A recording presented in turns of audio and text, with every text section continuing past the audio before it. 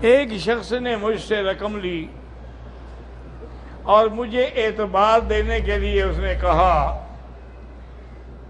کہ اگر میں یہ رقم آپ کو نہ لوٹاؤں وعدے کے مطابق تو میری بیوی کو طلاق، لیکن اس نے ابھی تک وہ رقم نہیں دی اور رقم دینے سے بھی انکاری ہے۔ بہرحال بھائی اصولی بات تو یہی ہے کہ اگر رقم نہیں دے گا تو طلاق ہو جائے گی۔ انا للہ و انا الیہ، بھائی معاملات پیسوں کے کرتے ہو تو پھر بیوی کے درمیان میں لانے کی کیا ضرورت ہے؟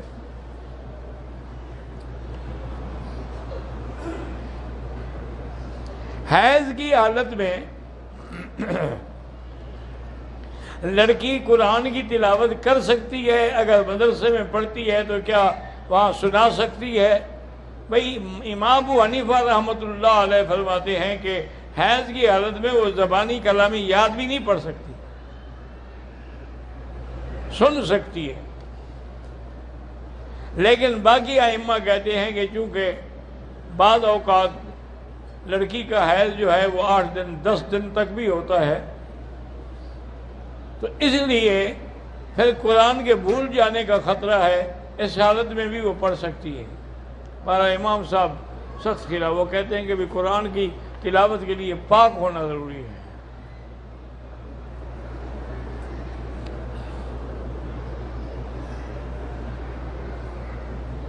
میں بچپن سے خواب میں پانی بہتا ہوا دیکھتا ہوں، کوئی ایسی بات نہیں، نہ ڈرو، کوئی ڈر نہیں، کوئی خوف نہیں، بس لا حول ولا قوت الا باللہ پڑھ کے 3 دفعہ بائیں طرف پھونک دو۔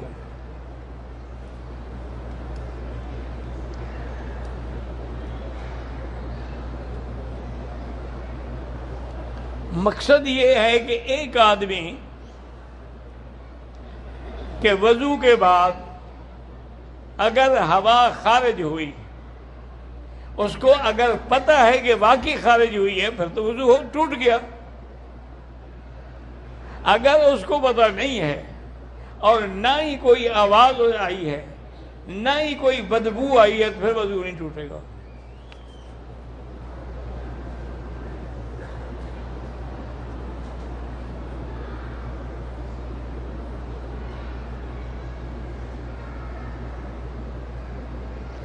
مولانا آغا سید جواد نقوی کہتے ہیں کہ موجودہ انسانی نسل جو ہے یہ 10ویں آدم کی اولاد ہے، اس سے پہلے 9 آدم گزرے ہیں۔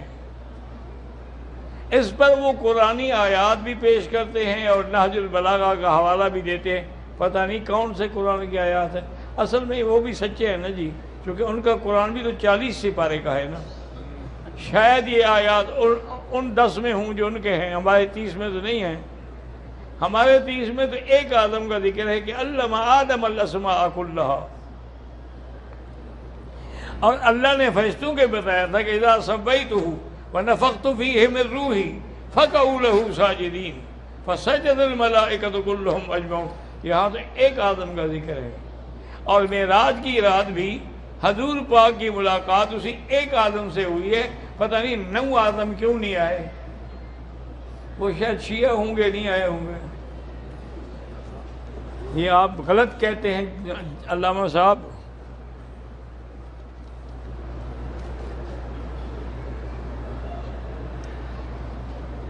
ہمارے قافلے میں ایک آدمی نے طائف کے میقات سے احرام باندھا، حرم آ کر طواف کے 5 چکر لگا کے واپس اپنے کمرے میں چلا گیا۔ 2 دن کے بعد دوبارہ مسجد جیرانہ سے احرام باندھا، عمرہ ادا کیا، اس میں دم لازم ہے کیونکہ پہلے عمرے کو اس نے خود نعوذ باللہ احرام کھول دیا، خراب کر دیا۔ جب عمرہ توڑ دیا جائے دم تو واجب ہے۔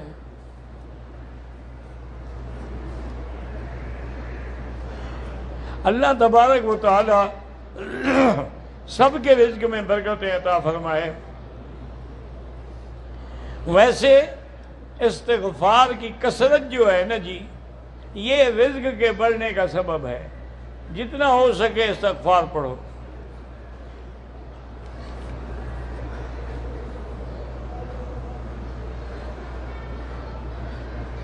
دوسرا عمرہ کرنے کے لیے اگر ہوٹل سے ہم احرام کی چادریں باندھ لیں، مسجد عائشہ چلے جائیں، وہاں جا کے پھر غسل کر کے احرام باندھ، وہاں دوبارہ غسل کی کوئی ضرورت نہیں ہے، بہرحال وہاں سے کریں اور 2 رکعت پڑھ کے نیت کر کے عمرہ کریں، ٹھیک ہے۔ بھئی ہوٹل سے جو جا رہے ہو تو صرف چادریں باندھی ہوئی ہیں نا، احرام تو نہیں۔ احرام تو تب ہے جب نیت کرو گے، لبیک بعمرۃ، لبیک اللہم لبیک، لبیک لا شریک لک لبیک، ان الحمد والنعمت لک والملک لا شریک لک والملک لک۔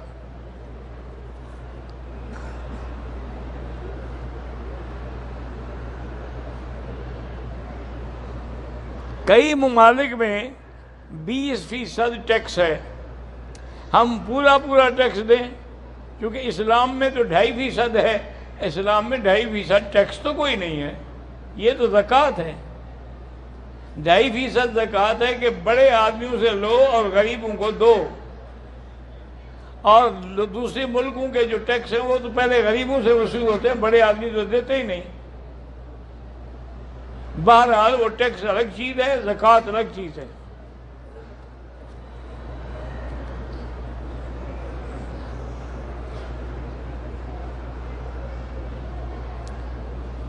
کعبہ شریف کے قریب جانے کے لیے چادریں باندھنے سے ٹھیک، اللہ قبول کرے۔ جو چپل آدمی لیٹرین میں استعمال کرتا ہے وہ پہن کر طواف کر، اگر وہ دھو لے، پاک ہو، پلیت نہ ہو، طواف کر سکتا ہے۔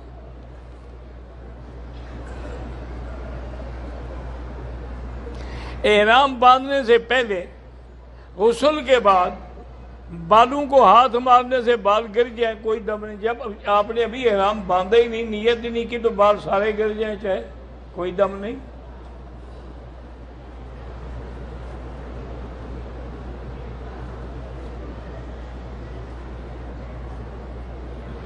میں نے طواف کے بعد صفا مروہ سے پہلے حجر اسود کو بوسہ لیا، پھر پتہ نہیں کیا نہیں کی، خوشبو لگی ہوئی تھی نہیں لیا بوسہ، ٹھیک کیا۔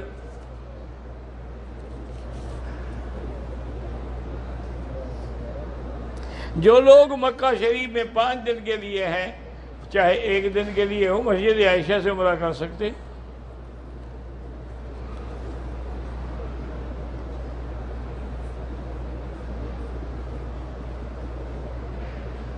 کہتا ہے جی کہ بہن بھائی کو کوئی دل کا مسئلہ ہے، اللہ شفا عطا فرمائے۔ ویسے بزرگوں نے لکھا ہے کہ اللہ کا نام ہے نا، یا قوی القادر المقتدر قوّنی وقوّ قلبی، یہ پڑھ کے دم کیا کریں۔ اچھے رشتے کے لیے سورۃ الرحمن 3 دفعہ پڑھیں اور اللہ سے دعا مانگیں۔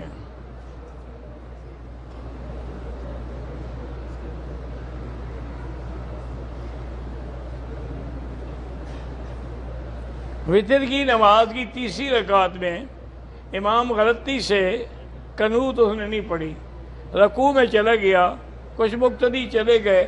بہرحال حنفی مسلک میں تو نماز نہیں ہوتی، کیونکہ امام ابو حنیفہ کے نزدیک قنوت، دعائے قنوت پڑھنا واجب ہے، ان کے نزدیک سنت ہے، نہیں پڑھی تو کوئی بات نہیں۔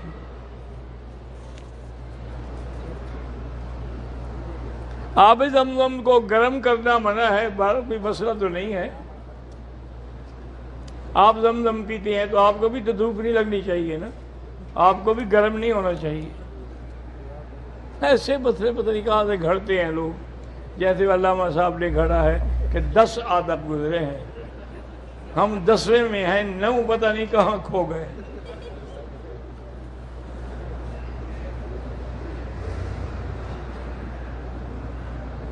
میرے بیگم کا 2 دفعہ حمل ضائع ہو گیا، اللہ شفا دے، اللہ لمبی عمر والی اولاد عطا کرے۔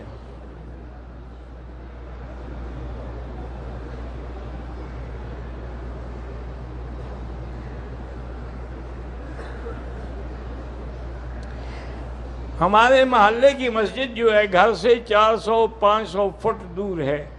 مسجد شریف سے سپیکر کی تار ہم نے گھر میں لگائی ہوئی ہے، تو اسی سپیکر کی آواز پر امام کے پیچھے عورتیں نماز پڑھیں نہیں ہوگی بالکل، تو آپ کو تار لگانے کی بھی ضرورت نہیں ہے، آج کل تو پاکستان میں جا کے ٹی وی لگائیں تو حرم کی نماز بھی آ رہی ہوگی، تو پھر اسی امام کے پیچھے شروع ہو جائے، وہاں نہیں ہوتی نماز۔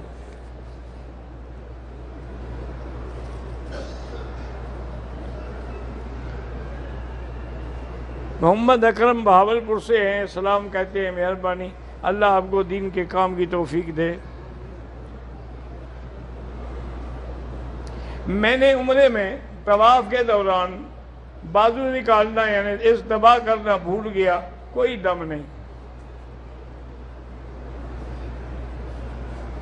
اگر نابالغ بچوں کو ہم نے عمرہ حج کرا دیا تو جب بالغ ہوں گے پھر فرض ادا کریں گے، ابھی تو فرض نہیں ہے نا ان پر، یہ تو نفلی ہے۔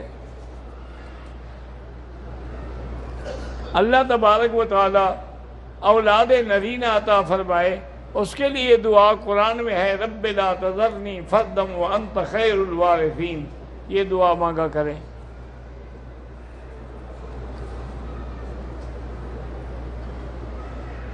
غلاف کعبہ کے نیچے سے دھاگے نکالیں بالکل ناجائز ہے۔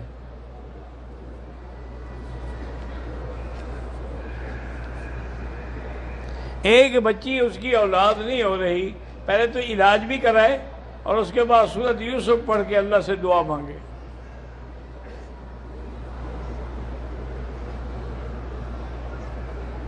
مسجد عائشہ سے مرد بھی عمرہ کریں تو ہوتا ہے، بالکل ہوتا ہے۔ حضرت عبداللہ ابن زبیر کرتے تھے، حضرت عبداللہ ابن عمر نے کیا ہے، تو کیوں نہیں ہوتا ہے؟ کوئی ایسا عمل ہو جس میں خواب میں حضور کی زیارت ہو، سب سے زیادہ عمل ہے درود شریف۔ درود شریف زیادہ پڑھیں گے تو انشاءاللہ زیارت بھی ہو جائے گی۔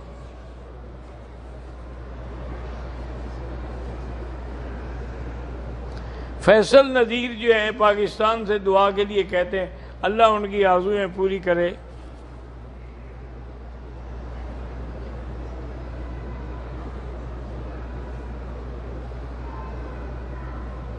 میں پاکستان سے مدینے آئی، میری طبیعت خراب تھی، یعنی ایام کے دن تھے، احرام نہیں باندھا۔ یہاں آنے کے بعد جب میں ٹھیک ہو گئی تو مسجد عائشہ سے جا کے عمرہ کیا، ٹھیک ہے۔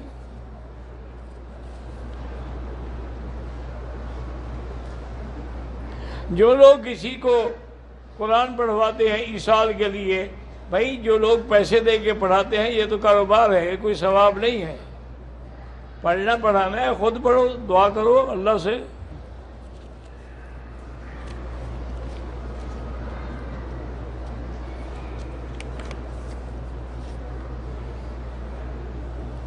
اگر کسی فوت شدہ کے لیے عمرے کا ثواب بخش سکتے ہیں۔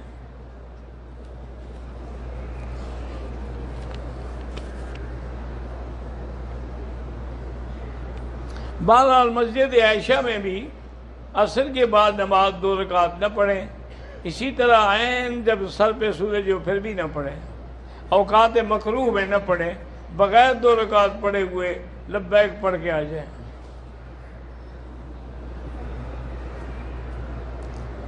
جو مر گئے ان کے لیے دعا کریں، قرآن پڑھیں، ذکر اذکار کریں۔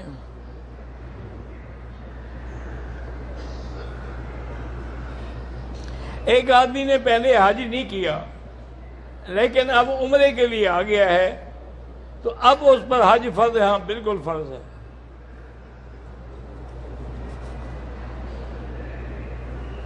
کچھ عرصے سے مجھ پر اور میری بیوی پر جنات کے اثرات ہیں تو گھر میں سورۃ بقرہ پڑھا کریں، اگر نہ آئے تو اس کو ٹیلی فون میں فیڈ کر لیں اور لگی رہے، پورے دن سارے گھر میں چلتی رہے۔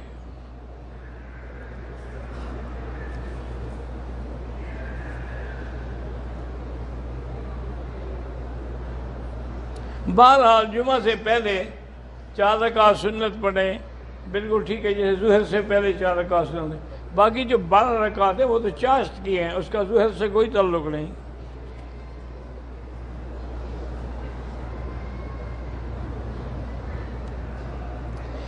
میرا نام انس ابو بکر ہے، میری اور میری بہن کی زبان میں لکنت ہے، تو رب اشرح لی صدری ویسر لی امری واحلل عقدۃ من لسانی یفقہوا قولی، یہ آیت پڑھ کے دعا مانگا کریں۔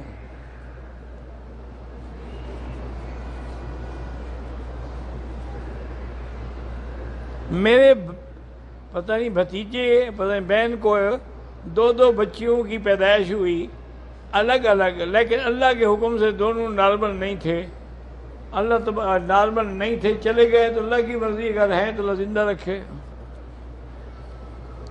عصر کے بعد طواف کیا، 2 رکعت مغرب کے بعد پڑھیں۔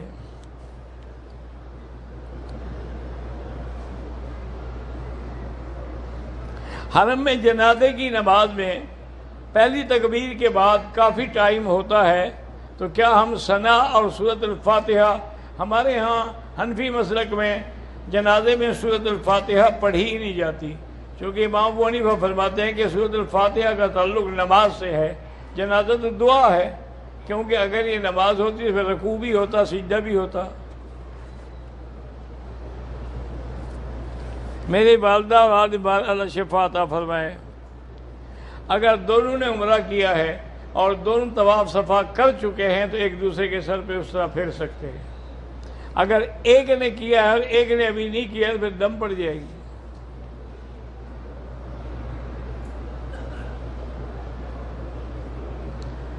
تربت بلوچستان کے گستاخ رسول لوگ جو ہیں حالات خراب کرتے ہیں، اللہ وہاں امن قائم کرے اور ان گستاخوں کو خود قدرت اپنی طرف سے سزا دے۔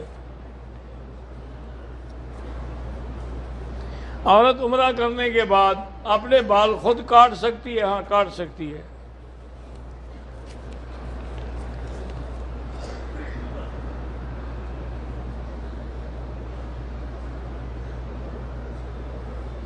بہرحال جہاں تک وہ موبائل کے وبا ہونے کی بات ہے تو کوئی شک نہیں، لیکن حل بھی کوئی نہیں۔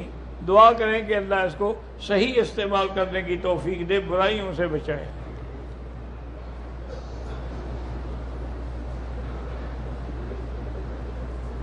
ہمارا ارادہ تھا کہ ہم 15 دن رہیں گے مکے میں، لیکن اب ہم 12 دن کے بعد جا رہے ہیں، تو کوئی بات نہیں، پوری پڑھتے رہے نماز، کوئی حرج نہیں، کیونکہ پہلے آپ نیت پورے کی کر چکے ہیں۔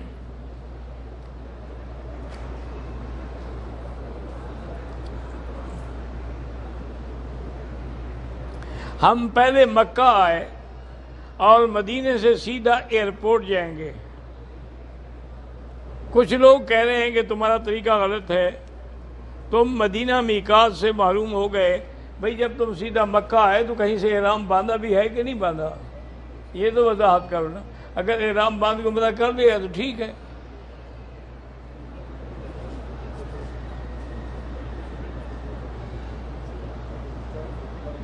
اگر ماں مرنے سے پہلے کہہ دے کہ میری بیٹی اور بیٹوں کو حصہ برابر ہے تو اپنی زندگی میں اگر دے دے تو دے دے، ورنہ مرنے کے بعد شریعت کے مطابق ملے گا۔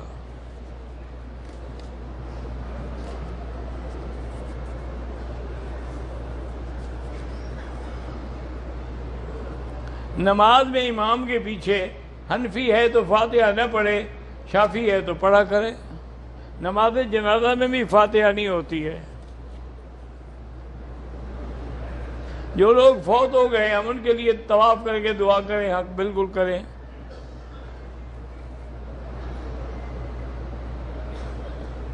پتہ نہیں کیا لکھا، مجھ سے پڑھا ہی نہیں جاتا۔ روضہ رسول پہ کہتے ہیں ہمارا نام لے کر سلام کہو، ٹھیک ہے، جس نے بھی کہا سب کا سلام کہہ دو۔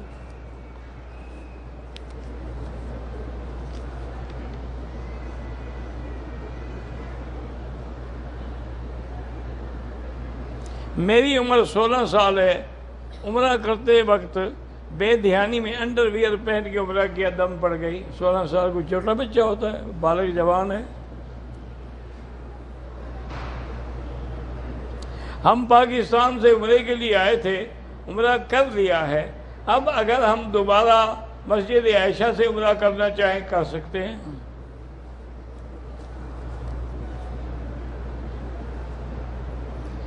احرام کی حالت میں جدہ ایئرپورٹ پر خوشبو اور شیمپو سے ہاتھ دھو لیے، 5-4 ریال خیرات کر دو۔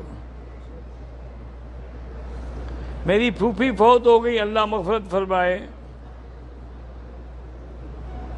میرا بیٹا بہن بیمار ہیں، اللہ ان کو بھی شفا عطا فرمائے۔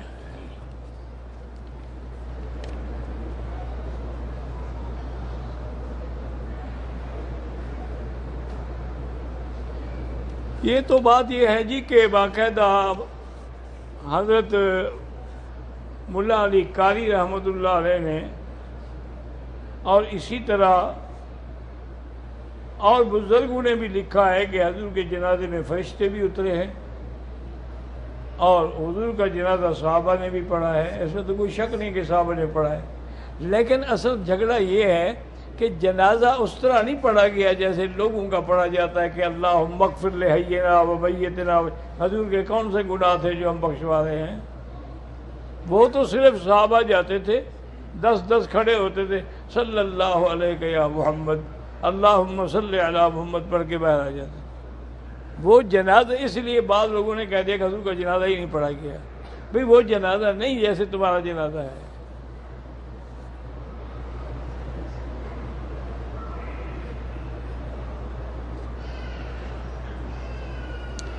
ایک روایت جو ہے امام ابو حنیفہ الفاظ میں نہیں، یہاں مکہ مکرمہ میں، یہ تو کتابوں میں موجود ہے کہ ان کا مناظرہ ہوا۔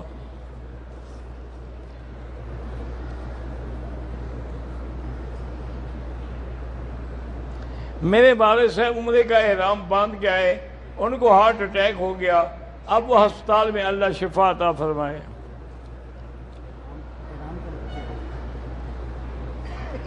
مجھے ماہواری کے ختم ہونے کے 4 دن کے بعد پھر خون کے آثار آئے۔ اگر تمہاری ماہواری کے دن مکمل ہو گئے تھے، اس کے 4 دن بعد پھر یہ استحاضہ ہے، بیماری ہے، حیض نہیں ہے۔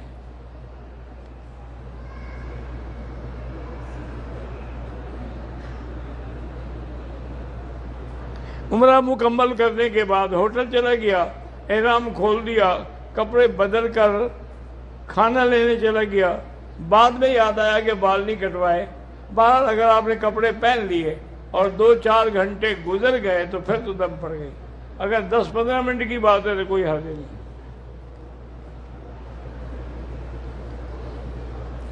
طواف کے دوران نظر نیچے رکھیں۔ اللہ تمام مسلمان جو فوت ہو گئے ان کی مغفرت فرمائیں۔ انڈیا میں پھر مساجد کو توڑا جا رہا ہے، دعا کریں اللہ مسلمانوں کی بھی، مساجد کی بھی، ان کی حرمت کی حفاظت فرمائے، اور وہ ظالم جنہوں نے یہ تحریک شروع کر رکھی ہے، اللہ تبارک و تعالیٰ ان پر اپنی طرف سے عذاب نازل فرمائے۔ اگر طواف کے بعد 2 رکعت نہیں پڑھے، صفا مروہ دوڑنے چلے گئے، صفا مروہ دوڑ کے بعد میں 2 رکعت پڑھے، کوئی حرج نہیں۔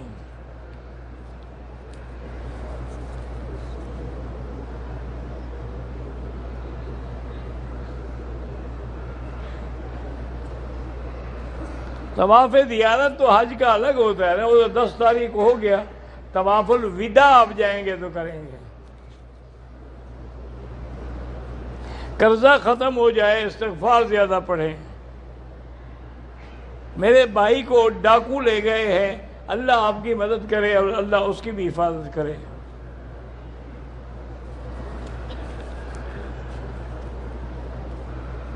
اللہ سب کی حفاظت فرمائے۔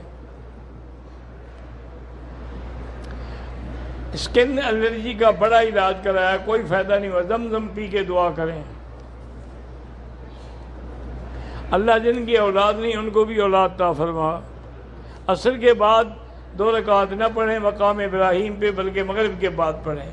اللہم صلی علی سیدنا محمد وعلی آل سیدنا محمد کما صلیت علی ابراہیم وعلی آل ابراہیم فی العالمین انک حمید مجید۔